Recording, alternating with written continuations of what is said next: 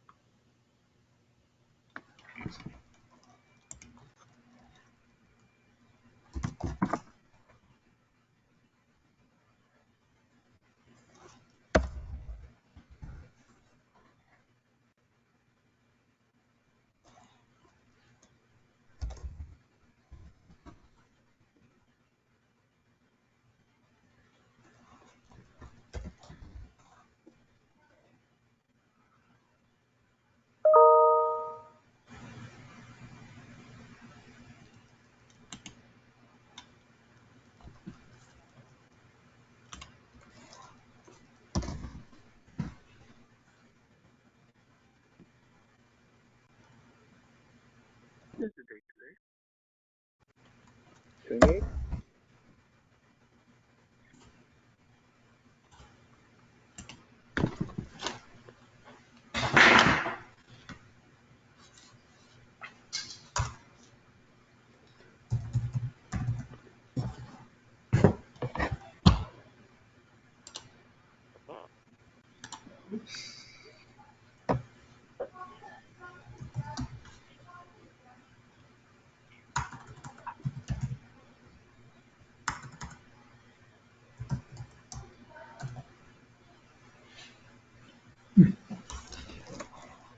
I'm going to send a reminder to the Just Disk people.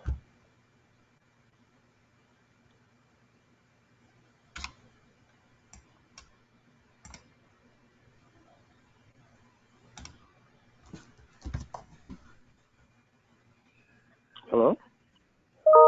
Hey, Brian? Hey, this is Brian, but that was somebody else. Oh, Can you hear me? Arif, hi. Hi.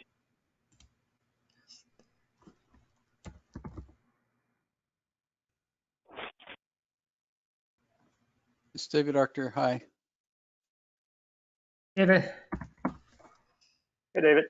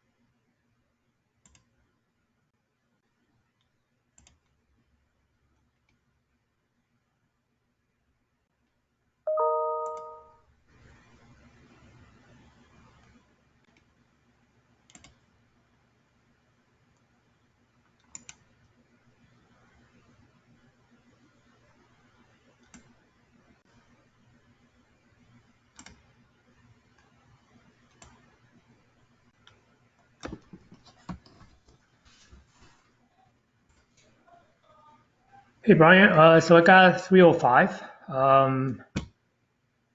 Should we start? I'm sending just a reminder to the Just Disk people, but Okay. I can start. yeah. Okay. Uh, let me know. I mean, you have a good feel of whether the guest disk folks will be coming along.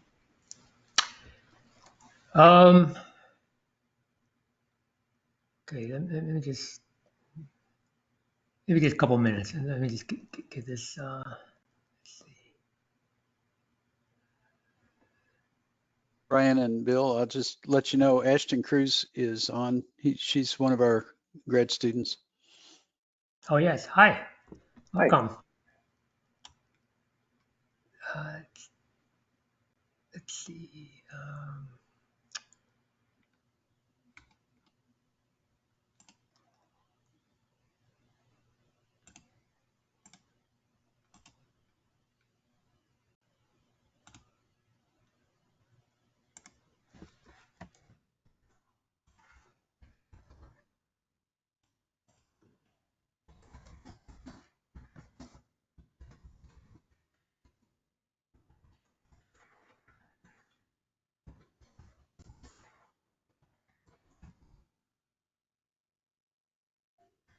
And this is Brian, and for those folks on the phone who aren't as familiar with the acronyms that Bill and I just mentioned, guest disk, these are the folks from NASA Goddard, some of Bill King's colleagues who might be interested in joining us, or they might, or if they fail to join us, this webinar is being recorded.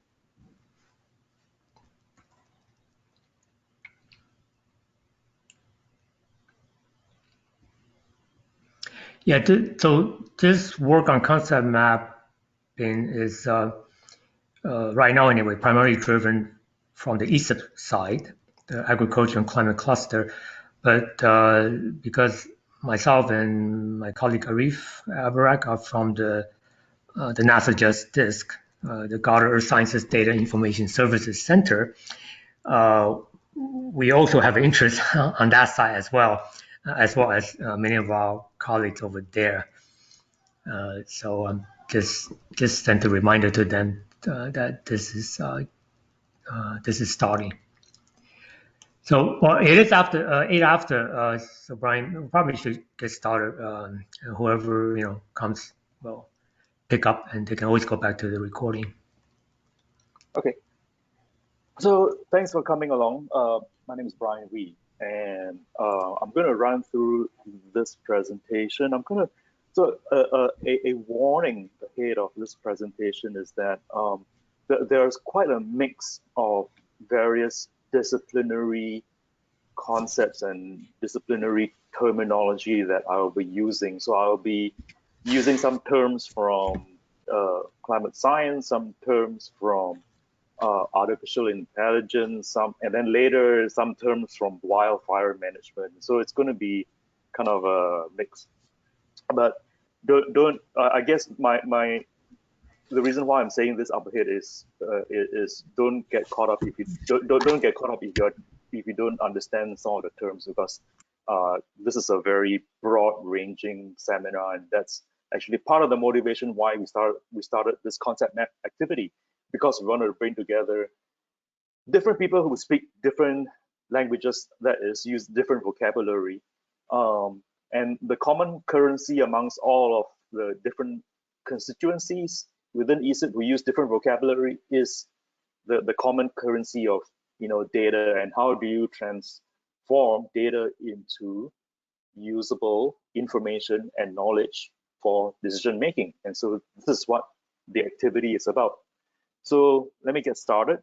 We will go through these 6 quote unquote slides that you see on the screen, and then we will jump over to the wiki page on ESIP, where I'll give you a very quick demonstration of what we have done in terms of using wildfire hazard mitigation to illustrate how we can trace NASA data all the way up to something called a wildfire community prevention plan. Okay, so let's start. Now, I will try to go a little bit slower here because you might get dizzy. I hope not, but you might get dizzy from all the zooming that's about to happen. Okay, so the challenge that we are trying to solve in this little experiment is with global environmental change, and I use the word, the phrase global environmental change deliberately because that encompasses not just climate change, but also things like land use change. Land use change as a result of, national policies, as a result of trade agreements between countries. So we're talking about global environmental change from the perspective of, what you call a social environmental framework.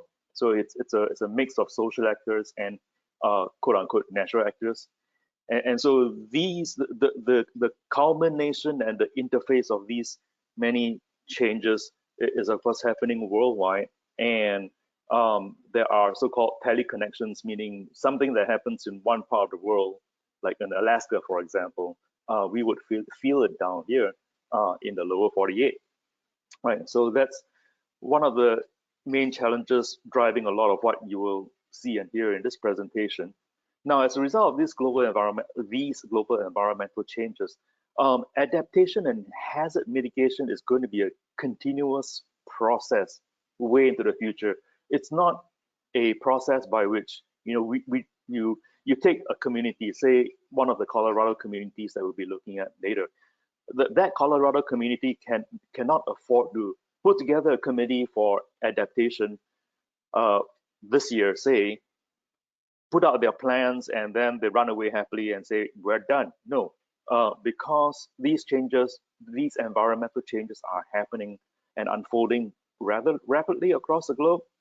And, we will continue experiencing these rapid changes for at least a couple of hundred more years, even if we were to stop all CO2 emissions today, right? So the adaptation and hazard mitigation process will be a long-term process that we need to live with.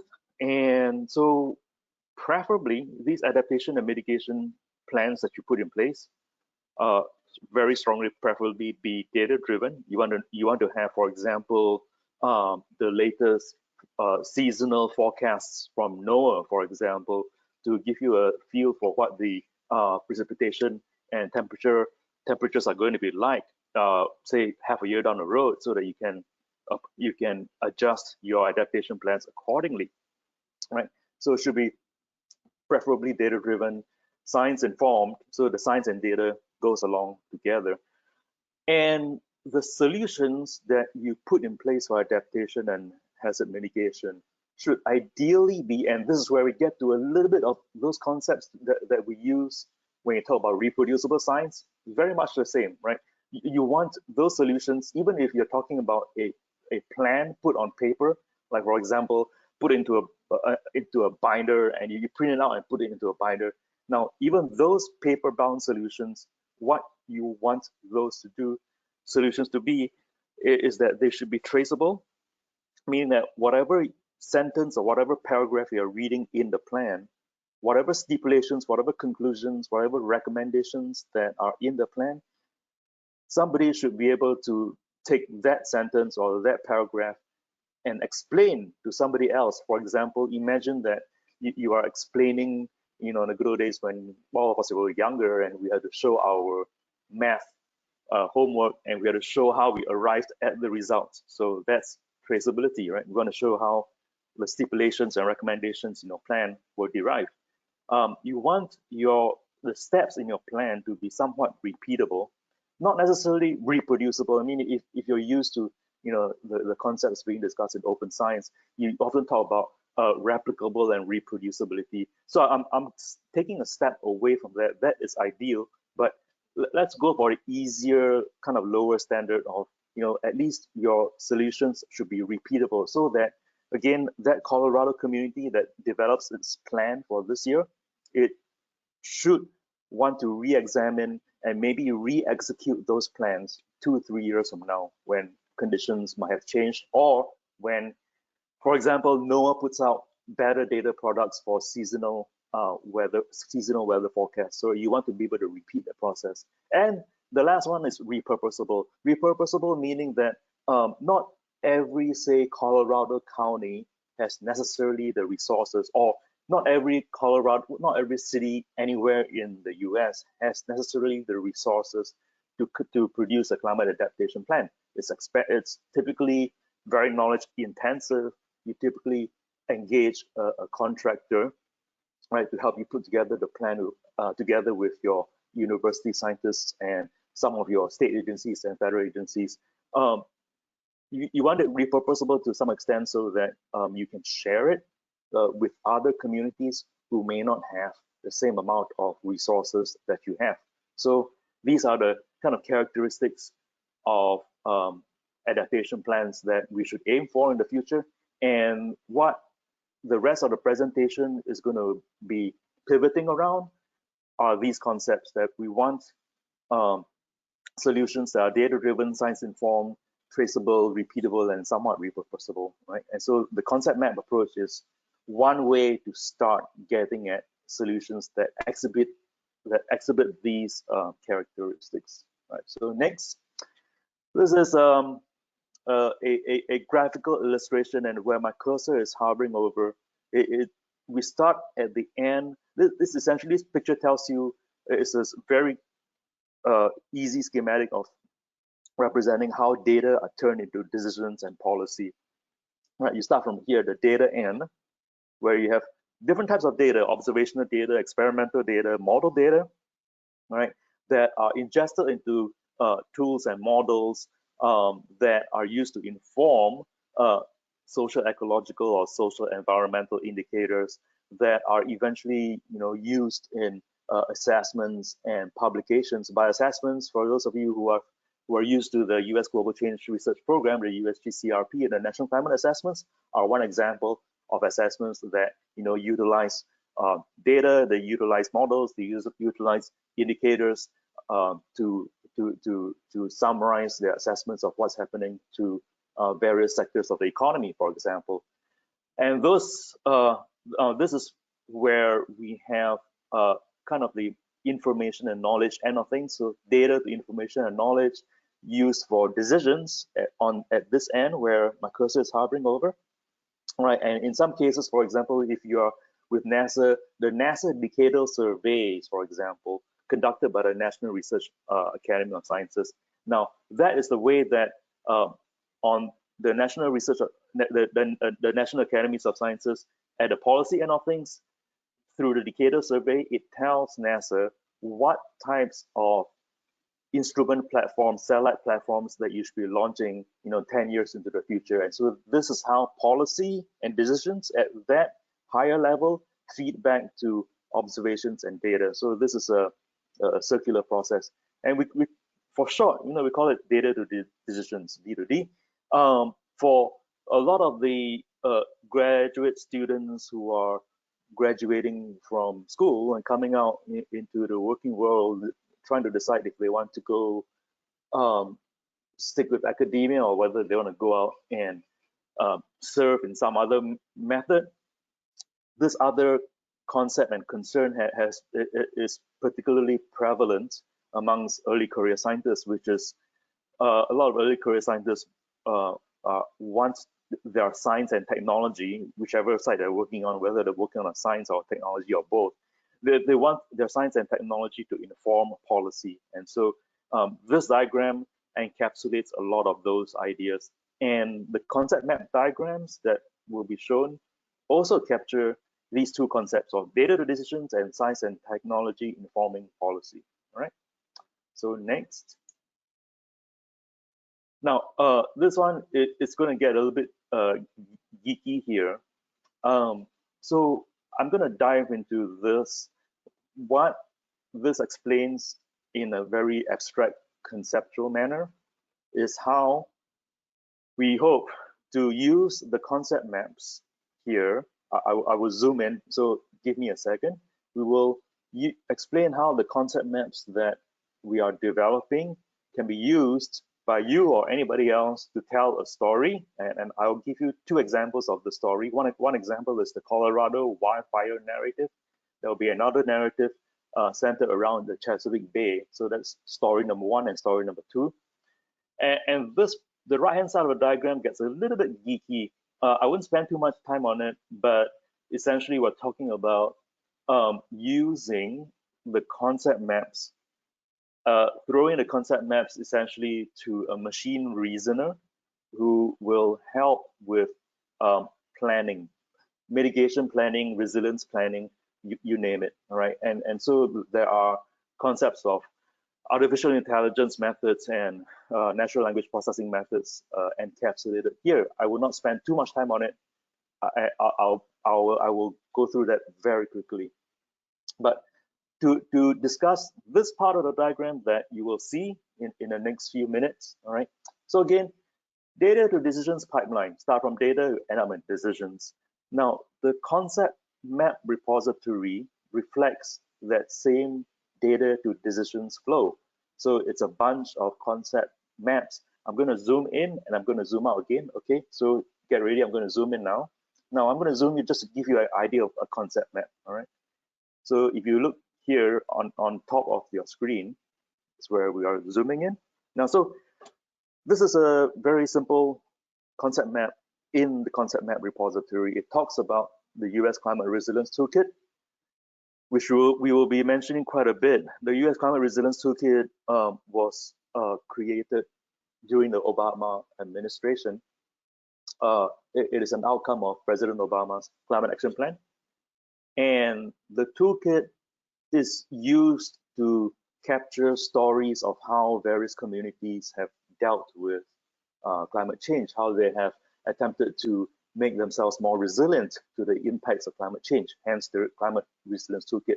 And so a lot of this work was inspired by the US Climate Resilience Toolkit, and the Ag and Climate Cluster had previously worked with the folks at NOAA who designed the Climate Resilience Toolkit, all right? So this concept map tells you just at a very high level, without going in too deeply, the US Climate Resilience Toolkit is made up of things like something called steps to resilience. It has regions, US regions defined. It has various topics defined. It has case studies. It captures a bunch of folks under the expertise banner, under the expertise bin. And then the US Resilience Toolkit, the CRT, also captures lists a bunch of tools, decision-making tools for resilience planning. All right. So this is an example of a concept map. This is a simple example. We will look at more complex ones later. But imagine that there are a bunch of these concept maps linked up in some manner. Now, so where it shows you the dotted arrow, it means that this concept here, where I'm hovering over concept A4, is also represented in a different concept map by concept B2. And this is how the concept B2 is related to the other concepts, and so on and so forth, right? So a concept can appear multiple times in the concept map repository. There is a difference between the kind of heavy blue arrows and the dotted arrows, which we will not care too much for the purpose of this talk. But if you're on the technical side of things, the blue arrows are the types of relationships, the predicates that have a causality constraint on them. So the blue arrow really tells you that A1 must happen before A2, that must happen before A4. And so this is a way for the machine to tell amongst all the concept map, for the machine to figure out what causes what and what is the result of what. And so we're not going to talk anymore about that. But what we will see in the next part of the demonstration, when we go to the wiki, are these two narratives that I mentioned earlier. The two narratives, one about the Colorado wildfire mitigation narrative, and the other narrative is focused on the Chesapeake Bay area. Right now, this narrative what is something that I generated, that I picked, and I selected concepts from the concept map, and I chained them. I sequenced these concepts. I carefully picked some concepts that I thought were important, and I turned them into a narrative, a story. You will see that the narrative is almost pretty much like a written prose. you will see that you can actually read the narratives and as if you were reading a bedtime story. Wouldn't recommend that, but that's what you can do. So there are two narratives that we will examine very briefly. I will not spend too much time on the Chesapeake Bay narrative. I will spend more time on the Colorado wildfire narrative. So this part, the next few parts, I'm going to run through just very quickly. But as I explained previously, there is the possibility of having a machine algorithm come and mine through the concept maps, looking at causality constraints and figuring out and putting this series of steps together. So imagine that this is actually a series of planning steps, right? Like in the CRT, the Climate Resilience Toolkit has a bunch of steps. So this could represent a climate resilience plan. The machine sequences together using the information in the concept map repository. Next, the machine, the vision is for the machine to eventually contribute to stash this so-called genome. I wouldn't go into why we call it a genome, but stash this series of steps called a genome into a genome library. I know this looks like a nuclear reactor with cooling rods inserted into it, but that's one way you can look at it. It's a place to stash all the plans that in some machine readable form that the machine knows how to interpret. Now, the extractor goes through the concept map repository to create these genomes. There's another separate thing called a genome assembler for planning that is capable of taking a human request and assembling a step-by-step plan for resilience planning, for hazard mitigation, whatever. We don't really care for what, but it is a planner. It's a genome assembler for planner. So this is definitely not part of this project. It will take years to implement this, right? So this is just kind of a very far-reaching vision. But at the end of the day, we want the machine to return another workflow, a workflow that starts from data and ends with decisions, the very same way that we started this talk off. So here's a last look at the machine assembler, right? So what you have here, we are envisioning that the problem can be written in a human readable manner, meaning that you have a human actually type out the problem in English. There's no need for programming, nothing. It's a one-page description in human readable text that the machine extracts concepts out of, hits the genome library with a query, and returns candidate genome. So what you see on the screen here are candidate genome 1, candidate genome 2, candidate genome 3 that have some similarity with your problem statement. And so these are the lines that you see here are the associations between the problem that you described and the problem that is solved, or the problem that is characterized in the library. And so there's a visualization for the user to go pick one or many of the genomes for his or her problem. So again, long-term vision, this will take many more years before this can be done. But in the meantime, we think it is not too hard, given a problem statement, to look for one of these genomes. Constructing the genome is very hard, but looking for a suitable genome that matches the problem, we think it's actually doable. It's doable within the time, in less than 5 years for sure, right? So that's where we're going, kind of the midterm and long term with the concept maps and the genomes.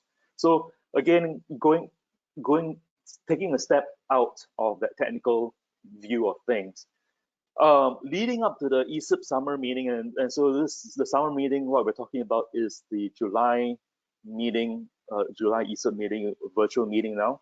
We are hoping to get some contributions from people on the phone and anywhere else to contribute concept maps. So this is one way that you could foresee and conceptualize how this works. Somebody, author number 1, puts up a bunch of concept maps focused on the APIs that can be used for subsetting data, right? So these are the concepts. Now, one of the concepts, C2, in author's 1 concept map, is actually the basis for another concept map by somebody else who talks about how the NOAA National Center for Environmental Prediction, NOAA NCEP, how NOAA NCEP models the seasonal precipitation forecasts, right? And then somebody else talks about how these seasonal precipitation forecasts are used to inform adaptation plan in the Mid-Atlantic on how flashy precipitation can wash nutrients off the land, right? But then you are an expert, say, on artificial neural networks, and you have some work that you have done on using ANNs, artificial neural networks, to forecast seasonal precipitation, right?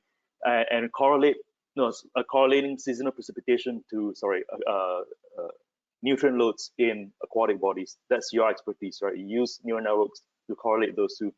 So you can contribute by plugging into this area here, where author two is not an expert on that, but you are, and so this is where you contribute your expertise in that concept map. So this is what we're hoping to engender.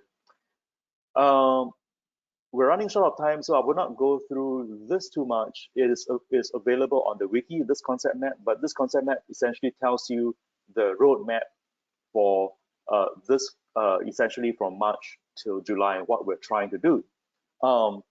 So we're trying to develop this set of concept maps that is for you and me and anybody else to string together into narratives. The thing that I just told you about narratives, that's what this box is talking about. And for the AI stuff and the search context-aware knowledge discovery stuff that I talked about, that's what is described here in these two boxes when I say methods for knowledge-aware data, information, and knowledge discovery. Okay, now with that, we're going to come to my last slide, qualifiers. So this is important. This whole experiment is highly experimental. It's evolving extremely fast. There are very well-known scalability issues. We have been developing these concept maps using a tool called CMap Tools, CMAPTOOLS, CMap Tools. There is no efficient way to search the CMap repository right now. It's possible, but it's not very terribly efficient. And the CMap tool, which is freeware, so you can download it free of charge. It's freeware, so its support for collaborative editing of concept maps is a little bit not as ideal as what we would like it to be. So these are really scalability issues. And what we hope to do at the July meeting, Arif, Bill, and myself, is to use the July 2020 ESUP summer meeting, which is virtual, to consolidate our thoughts about what the community wants to do with this, what the community likes about this approach, where the community might want to push ahead with this approach, and what should we do after the summer meeting. So that's what we're going to discuss, right? But we're not terribly nervous about the scalability issues because it's a bold idea that we're trying to experiment with here, and that's what ESUP is great for. Now, you can get to a lot of these materials, meaning look at the concept maps and everything if you use the URL here, right? tinyurl.com/calendar year 2020 ag-climate. Let me go to this website that is reflected here on the screen. I won't spend too much time because essentially I'm just going to show you the highlights of the web page, and you can of the wiki, and you can go through the wiki yourself. The one thing that I would like to highlight, and this is the wiki page that I'm talking about. I'm just going to scroll down very quickly, but the one thing that I would like to highlight and I will encourage you to visit this place first is section 3, examples of data to decisions narratives. These are the two narratives that I talked about previously that I'm going to go to now. So if you scroll down to section 3, which is examples of data to decisions narrative. All right. There are two narratives here. Narrative number one is on, which some of you have seen.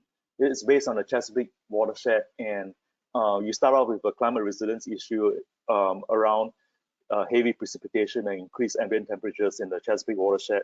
But then you get to a smaller use case of chicken farming in the watershed, and flashy precipitation being a risk in terms of water quality, because when you have flashy precipitation in the future, or actually now, you're going to have increased runoff from like the chicken poop that is being stored on the land. And so this will affect water quality in the watershed. So this is what the use case is about. I will not go through the first use case if I can, because some of you have seen it already. I will spend most of my time on the second use case, which is new, just completed last night.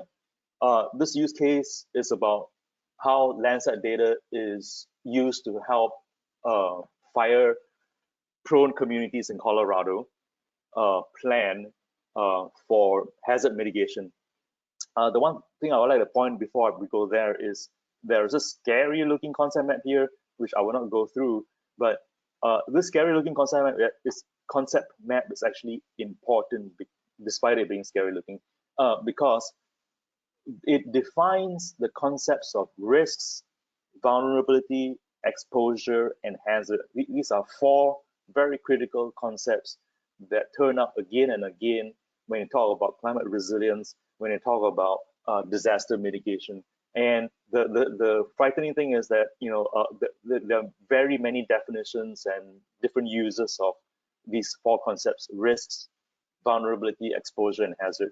But what I've done here is to create almost like a crosswalk by saying, how does the UN and UN associated bodies like the World Bank, how do they define these concepts, and how does that compare to what the US Climate Resilience Toolkit has used for its definition, and how does this how do these terms map to another conceptual model called the Wildfire conceptual model, which is actually used to inform national policy here in the US, which is actually tied to US law.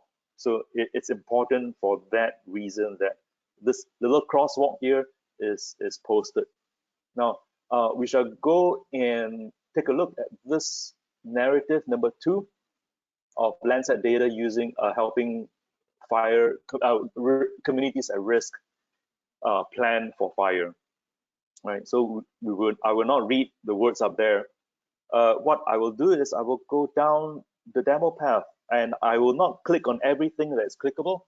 The stuff that is clickable on these maps are the stuff like with the icons like this that shows mini concept maps here, here, here, here, here. So this is a narrative. This is the narrative that I was telling you about that could almost read like a story because it contains a little bit too much words, but it's readable. All right, so I'm going to do a little bit of reading if you don't mind. Just bear with me a little bit. But this narrative starts with the 2012 wildfire season in Colorado that ravaged major parts of the state and caused major economic distress and ecological distress, I must say. Now that wildfire season, which if you click on this,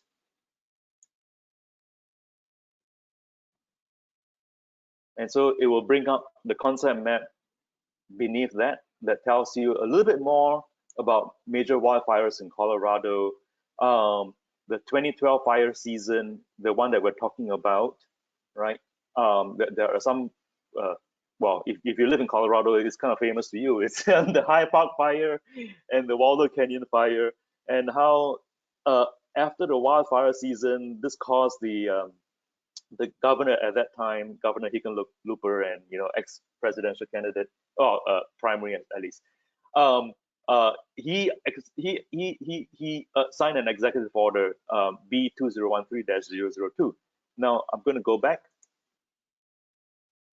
and I'm not going to go into any more to and fro, so you don't get worried if you're getting busy.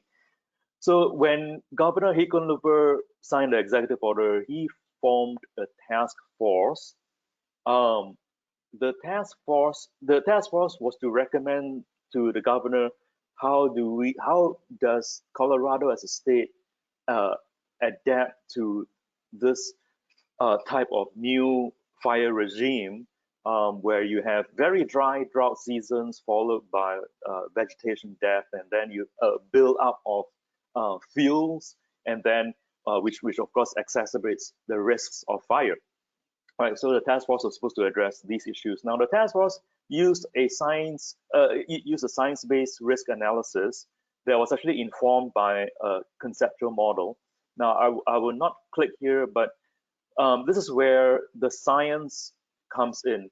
If you're dealing again more on the science side of things, meaning if you're more comfortable with talking about soil moisture or weather precipitation, precipitation, or you're talking about flooding dynamics or low atmospheric physics, this is where some of that stuff gets captured in the conceptual model. It's not totally done yet, but this is where you would find your concept maps living, for example. Right. Anyway, this conceptual model was used in the development of something called a National Cohesive Wildland Fire Management Strategy.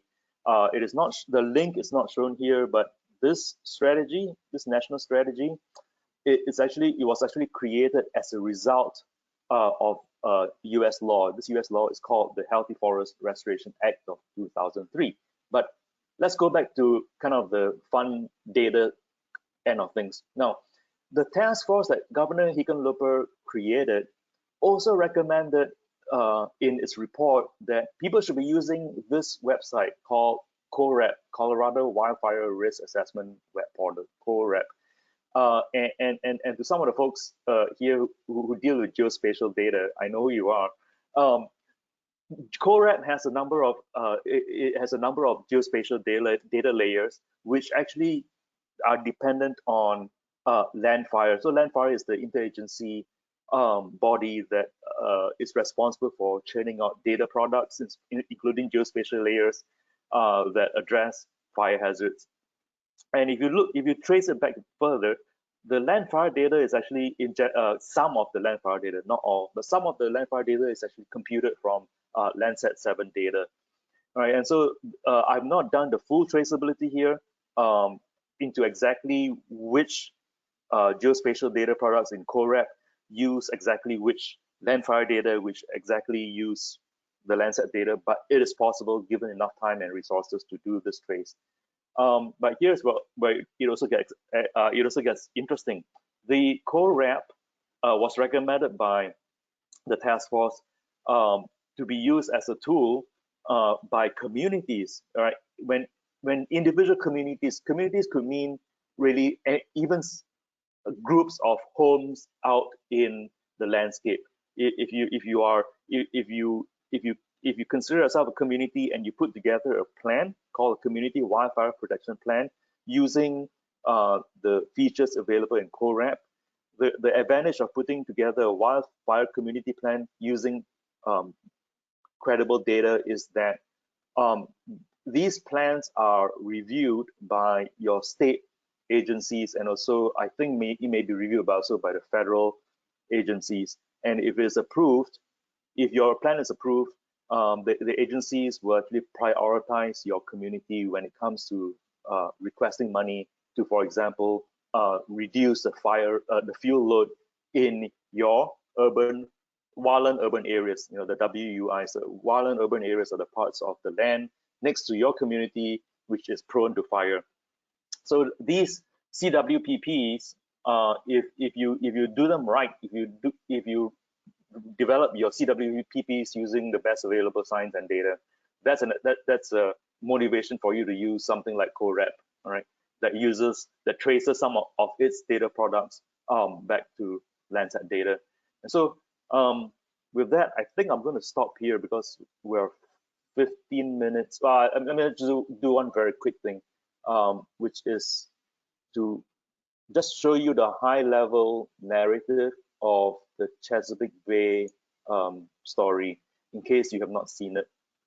If you click into the narrative number 1, there's quite a bit of background. Again, I'm not going to read.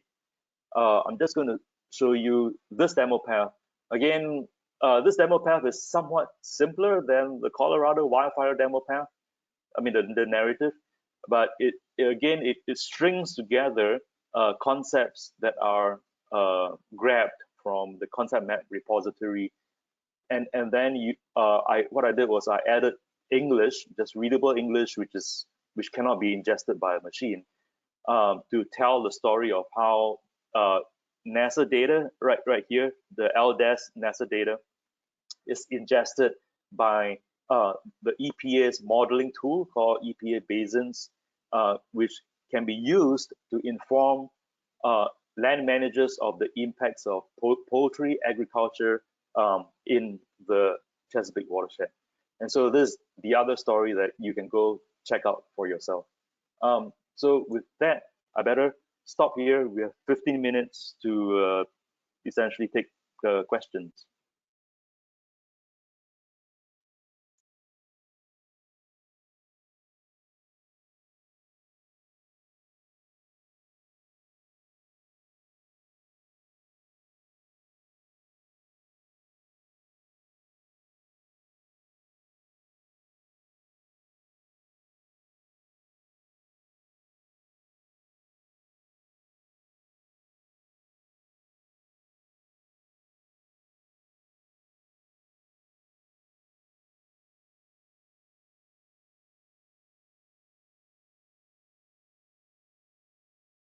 There appear to be no questions right now, unless I just wanted to verify that I was actually on audio. I guess I was. Yes. Okay, thank you. Thanks, David.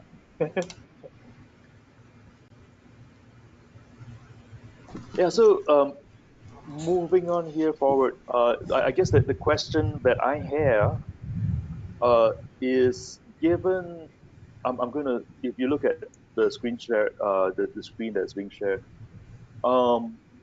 if we focus on, for example, this wildfire scenario, do people on the phone see places where they might be able to plug in and contribute ideas or concept maps? So this is my question back to the audience.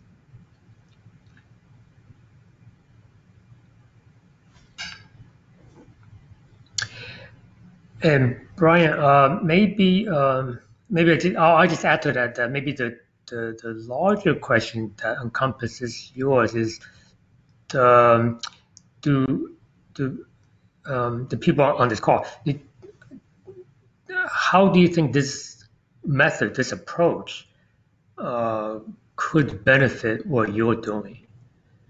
So, you know, I mean, we do want your contribution, but maybe we should start with, like, do you see this as something that you could incorporate or that could benefit what you do?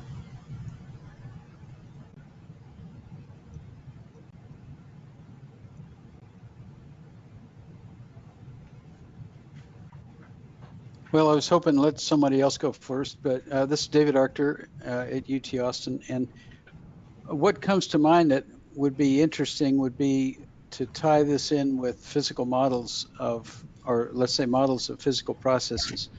And so I sent you to Brian and Bill a simple model of a carbon cycle, the carbon cycle from atmospheric carbon to landmass carbon to or biomass carbon to soil carbon, and I've got another model like that of the nitrogen cycle, and I could imagine the water cycle, but these are just atmospheric and biogeochemical processes, and I wonder if those could fit in here somewhere as foundational or model potential, model description potential. Yes, I think it can. So, for example, actually, I should go back to the immediately two places. Well, okay, let me list this one place here first. Now, so where I better explain what I'm doing right now instead of just clicking. So what I'm doing here is what I have here is the narrative for the Colorado wildfires and community plans narrative. And remember, I mentioned that there is a wildfire conceptual model that was used to inform the national strategy for the way that the nation should be dealing with mitigating its risks against wildfire. Now, if you look at a wildfire conceptual model, it is a conceptual model uh, that is represented as a concept map. I must admit the pictorial representation of the model is maybe a lot more intuitive than what I've converted it to here. But the places where ecological models have a place to play in are things like, if you look at this conceptual model, the place where my cursor is hovering, vegetation and the wildfire fields, I would imagine that some of those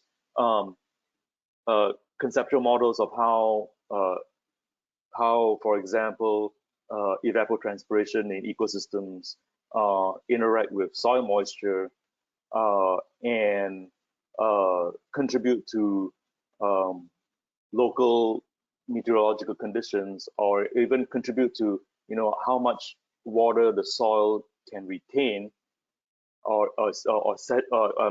referring to like saturation of soil issues. This is where I think you can now plug these in. that certainly seems relevant. And one thing about these models, though, is that the parameters for them would, let's say for a carbon cycle that might plug in here, would vary by region.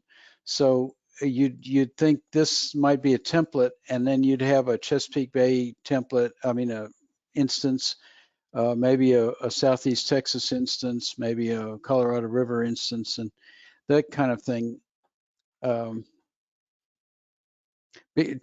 scope it geographically.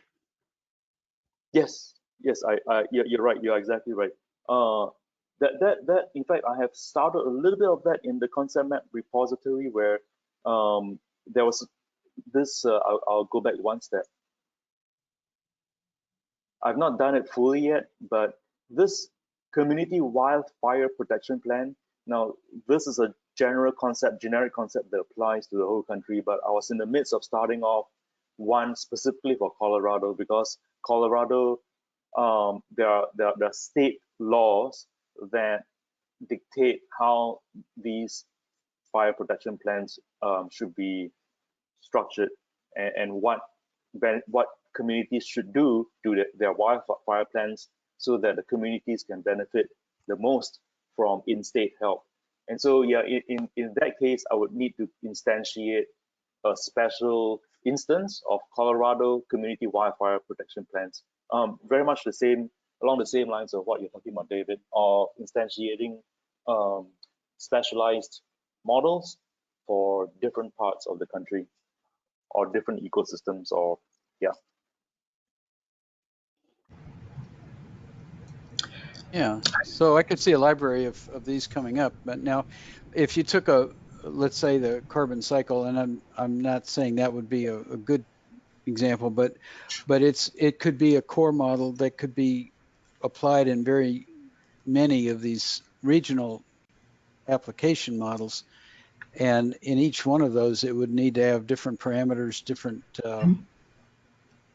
conversion, transformation processes between the bubbles and between the concepts. So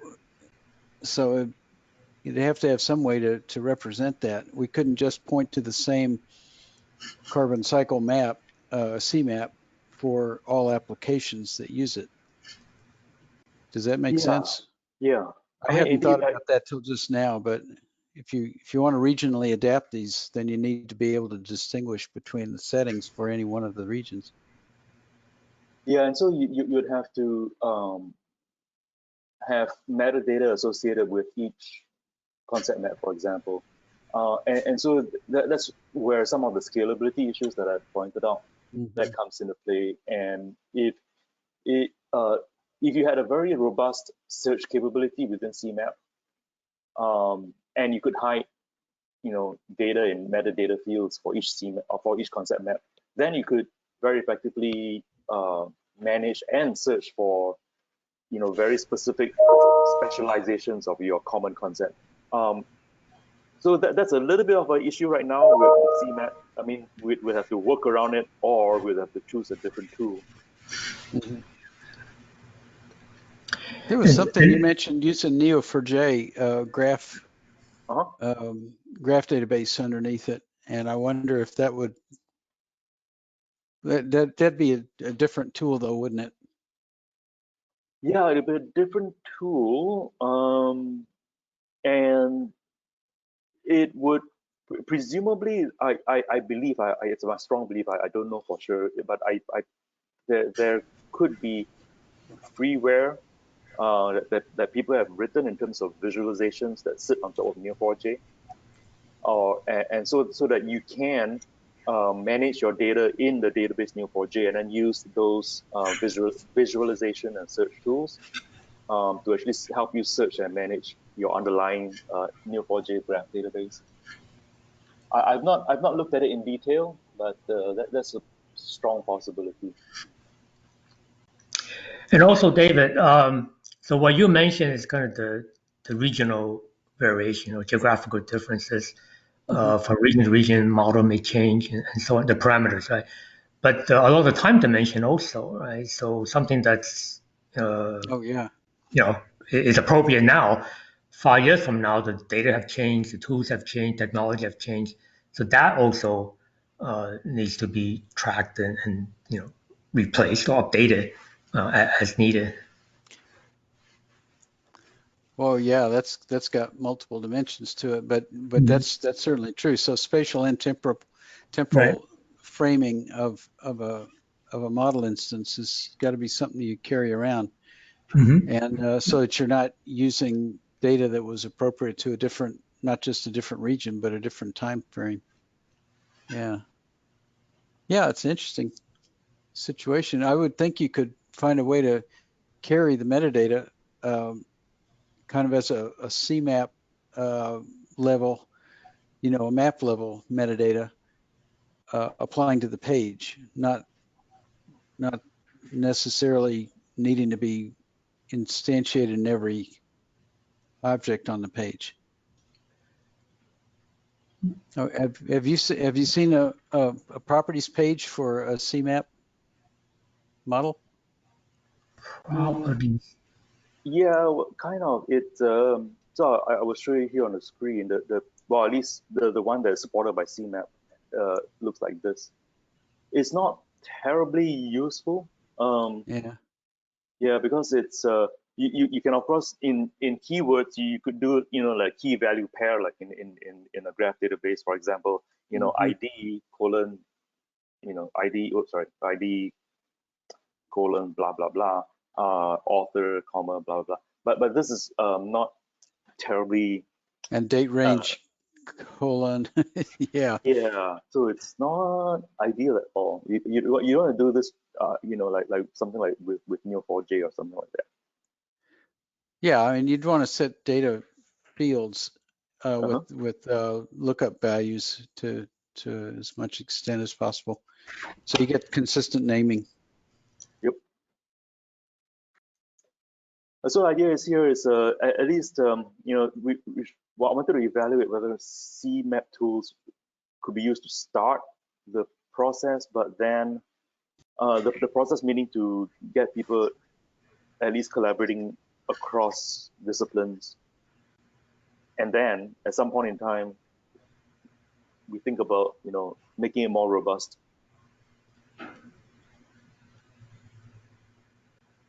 Well, if you pick an example like you've got and work it through, and then say, okay, what do we have to do to make this work, and see how to scale that up.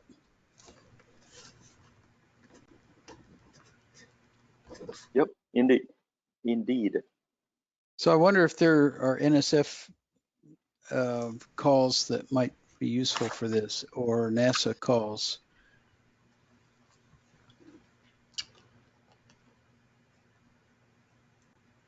Would roses Yeah. support something like that? I haven't seen one for roses recently, but I mean, we are looking, we're kind of watching for these releases. There was one, was that the, Brian, do you remember, was it the,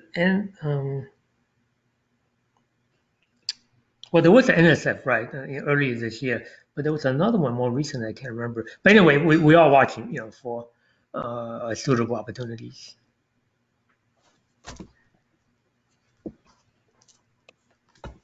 Yeah, especially the places where we talk about knowledge graphs and converting that into a knowledge graph that can be stored on a graph database and searching and reasoning with it. That would definitely it'll be fun to pull in folks who do this more full time than I do. Like, for example, folks from Rensselaer Polytechnic Institute. Mm-hmm. Yeah, and I wonder if EarthCube could be a funding mechanism for it. I didn't want to cut the conversation too short, but we are up at 2 minutes past the hour. And Bill, should we kind of stop the recording here, and folks who want to stay on to discuss can stay on? Yeah, that's probably a good idea. We can stop the recording and then I guess formally end this, and anybody who wants to stay on, we can stay on. Well, I'm